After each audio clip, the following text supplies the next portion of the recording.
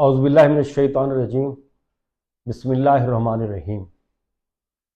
मेरी तरफों सारे मेरे सुनने वालों को सलाम पहुँचे। मैं प्रोफैसर राणा नेमत अली बोल रहा हूँ।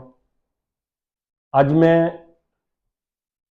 इस चैनल का आगाज़ किया वा, अल्लाह का नाम लैके शुरू किया वा, तो मैं कोशिश कराँगा कि मैं तुहानूं सारिया मालूमातां इक्को थां ते देने की कोशिश कराँगा, क्योंकि इस वेले जिहड़ी साडी हालत जा रही है ना, वो बड़ी ये कह सकते हैं कि मायूसी की हालत जा रही है।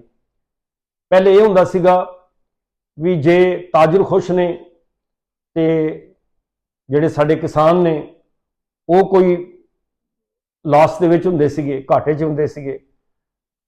कदे कोई खुश है, कदे कोई जिहड़ा कह रहा सी यार मेरा काम सही नहीं चल रहा। लेकिन हुण कुछ ऐसे हालात बन गए भी हर बंदा थां थाई अपनी जगह के उत्ते तंग है। तो इन्हां हालात दे विच बड़ी मायूसी का दौर गुजर रहा वा। मैं कोशिश कराँगा कि इन्हां हालात दे विच किस तरीके नाल अपने आप नूं थोड़ा जिहा इन्हां हालात चों कढ़िया जाए, क्योंकि मायूसी जिहड़ी वो वैसे भी गुनाह का काम है। अल्लाह ताला की रहमत तो नाउमीद नहीं होना चाहिए। मैं समझदा वां कि इस वेले बच्चे जिहड़े उन्होंने पढ़ाना मुश्किल है। इस तरीके नाल जे पढ़ जाण उन्हां दी नौकरियां नहीं लग रही, नौकरियां लग जाण तो फिर अगे ज़ाहिर प्राइवेट नौकरी मिलती है तो काम नहीं चलता। जे कोई कारखाना बंद हो गया फिर बच्चा घरे आ जाता वा। इस तरह साडियां धीआं उन्हां दे हत्थ पीले करने ने, वो बेचारियां बैठियां ने, ये बड़ा मुश्किल होया खड़ा वा। यानी चारों तरफ तो ना इस वेले बड़ी हालात मुश्किल जा रहे हैं। तो इन्हां दे विचों हुण निकलण दा कोई ना कोई तो रस्ता सानूं इख्तियार करना पवेगा ना। तो मैं कोशिश कराँगा कि तुहानूं ये तालीम के बारे में भी कि हुण किवें असीं अपने बच्चों को की पढ़ाइए तो की कराइए।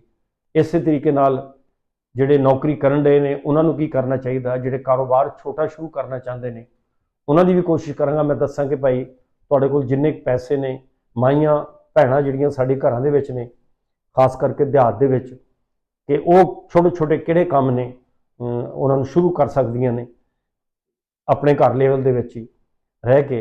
इस तरीके दे नाल जिहड़े साडे कारोबारी बंदे ने वो भी बड़े परेशान ने, तो उन्हां ते भी अल्लाह ताला रहम करे कि उन्होंने किस तरीके नाल, सब तो वड्डा बिजली के बिलों का मसला वा कि उन्होंने किस तरीके नाल असीं जिहड़ा है वो बिजली बचा के ते घट खर्च करके अपना घट खर्च कर सकते हैं।